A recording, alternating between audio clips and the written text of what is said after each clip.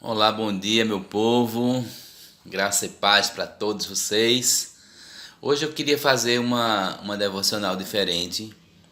Eu queria trazer hoje uma leitura compartilhada, né, que chamamos. É quando nós compartilhamos um texto de um escritor, né, um texto de um autor, né, que nos interessa, um texto interessante para a gente poder trazer uma reflexão. E hoje eu queria trazer uma leitura compartilhada no livro Práticas Devocionais de Elben Ellen César.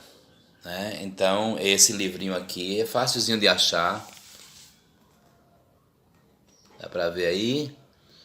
Pronto, Práticas Devocionais. Esse livro é muito interessante porque ele vai nos dar uma direção, né? Às vezes nós não sabemos como nos conduzir na nossa vida com Deus, né? Nas nossas devocionais, nos nossos exercícios, né? Espirituais. Práticas devocionais vai falar de exercícios espirituais. E assim como o atleta precisa de exercícios para se manter na sua forma física, né, boa para exercer as competições e outros fins, assim nós cristãos também vivemos uma verdadeira maratona, né, espiritual. E aí nós precisamos de exercícios espirituais. Então, práticas devocionais vai falar sobre exercícios espirituais. Eu queria trazer hoje um exercício espiritual que está aqui nesse livro, no capítulo 8, né? Prática da vigilância. Então, como é importante a gente vigiar, né? O seguinte, a prática da vigilância de tomar todo o cuidado para permanecer de pé e proteger-se de uma eventual queda por estar continuamente de sentinela diante da tentação. Então, o que é que esse pensamento vem nos ensinar? Está dizendo, queridos, que a prática da vigilância, assim como outras práticas que nós poderemos ver outros dias aqui, é quando nós tomamos o cuidado para nos permanecer de pé, né? A Bíblia diz que aquele que estiver de pé, Paulo, né? Ele escrevendo isso para os irmãos de uma igreja, ele disse: aqueles que estiverem de pé, cuide-se para que não caia, porque Paulo sabia os perigos que existia, né? As tentações, as provações, as perseguições, né, da época. Então Paulo, para proteger a sua liderança, o seu grupo, a sua equipe, ele disse: olha, vocês que estão de pé, ou seja, vocês que estão firmados, que se acham firmados na palavra, no conhecimento, vocês se cuidem para que vocês não caiam, né? Então, queridos, eu queria começar com essa reflexão falando sobre um pouco sobre uma prática dos judeus, né, naquela época, que diz assim: para proteger o gado, a lavoura e os centros urbanos, os judeus construíam as chamadas torres de vigia nos pastos. Miqueias 4:8 vai falar sobre isso. Abacuque também, né, vai falar sobre a torre de vigia. Então, essa torre tinha a finalidade de proteger a cidade, de proteger os centros urbanos, de proteger as lavouras, né, de proteger as suas casas, né? Então, assim, em alguns casos, uma torre distanciava-se da outra apenas 32 metros. Então você vê que eram como se fosse várias torres, né? Que aqui nós costumamos usar o termo guarita, né? Um termo militar, guarita. É quando tem lá aquela torrezinha e fica uma pessoa lá vigiando e olhando, né, o que tem ao redor. Então, assim como os judeus, né, que tinham esse costume de guardar, né, de vigiar, nós também precisamos vigiar, né? Quantas coisas nós temos para vigiar, né?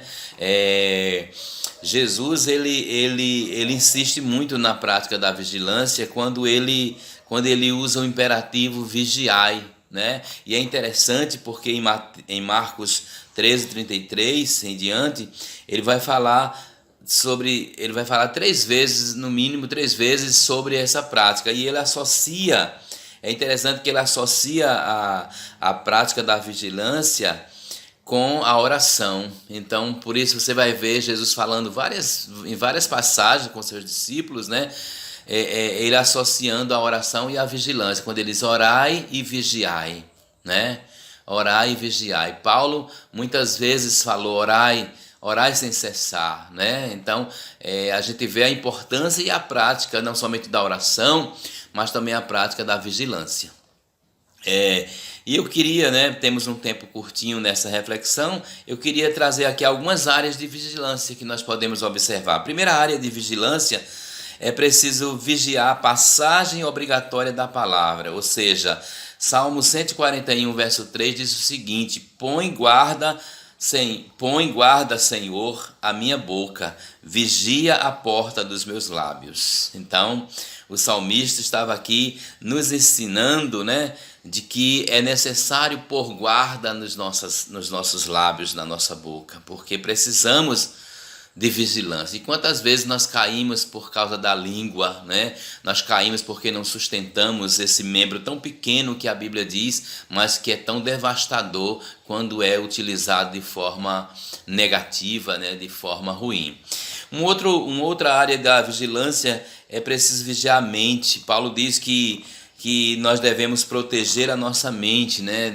Que a mente é uma fortaleza, a fortaleza de conhecimento, a fortaleza é a passagem, né? Onde nós recebemos todo o conhecimento, tudo que adquirimos de conhecimento vem para a nossa mente e desce para o nosso coração, né?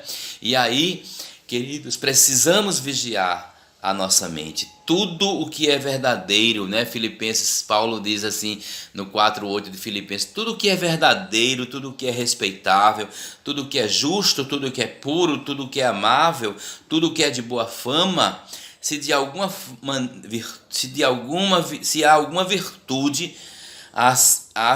se há algum louvor existe, se isso ocupe o vosso pensamento. Que isso ocupe o vosso pensamento, né? Então, Filipenses 4:8 vai falar sobre essa importância de vigiar a mente. E outra área de vigilância importante que eu quero trazer para vocês aqui nesse texto é vigiar o olhar, né? O olhar, o salmista no Salmo 101, verso 3, ele diz: Não porei uma coisa vil diante dos meus olhos. Como isso é possível, né? Os olhos é uma coisa tão vulnerável, né? Estamos sempre olhando para alguma coisa, observando alguma coisa. Mas a palavra do Senhor diz aqui, não porei coisa vil diante dos meus olhos. Então, o salmista está dizendo, queridos, que é possível a gente controlar, é possível a gente vigiar o nosso olhar, é possível a gente ter um controle sobre a nossa visão. É preciso selecionar o que estamos vendo e o que vamos ver, né? É preciso vigiar também, queridos, o tempo. Quantas vezes, né, temos perdido tempo com com tantas coisas que não tem significado algum, que não tem valia alguma, né?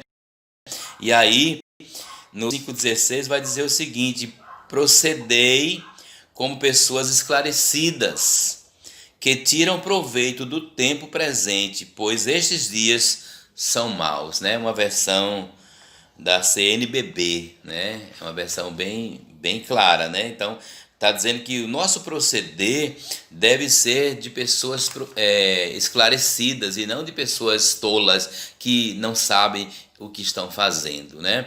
Uma outra coisa que nós podemos vigiar ainda é preciso vigiar as oportunidades. Quantas oportunidades têm surgido, têm aparecido, né? E nós temos perdido porque não estamos atentos, não estamos alertas, né? E a palavra do Senhor em 1 Coríntios 7:21 vai dizer o seguinte: se você pode se tornar livre, então aproveita a oportunidade. E olha que coisa linda, né? Até para estar livre, você pode aproveitar a oportunidade, né? Uma outra área de vigilância é preciso vigiar a fé. A Bíblia diz assim, examine-se para descobrir se vocês estão firmes na fé. 2 Coríntios capítulo 13, versículo 5. Então, querido, eu quero encerrar com com esta reflexão, falando do último ponto. É preciso vigiar especialmente os calcanhares de Aquiles, né? Aquiles isso vem da mitologia grega, né? Então eu creio que você conhece a história, mas quer falar de uma coisa vulnerável, né? Qual era a vulnerabilidade de Aquiles, aquele atleta? A vulnerabilidade dele estava no calcanhar, porque ele foi ferido no calcanhar. Por isso a palavra usa essa expressão, essa metáfora, né, de que nós precisamos estar vigilantes. E Marcos 7,20 vai dizer assim, ó: o que sai do homem, isso é o que contamina. Então, muitas vezes, queridos, não é o que entra, mas é o que sai. Como é que está o teu coração, né? Como é que estão as áreas da tua vida que precisam de vigilância? Então, eu quero te incentivar, te motivar nesta manhã a praticar a vigilância. Que áreas de vigilância você pode praticar no dia de hoje ou nesses dias, né? Então, nesses dias nós temos aprendido muita coisa e precisamos de fato observar o que a palavra de Deus nos diz sobre essas coisas. Então, eu quero que você nesta manhã receba esta palavra, seja abençoado por ela, em nome de Jesus. Amém.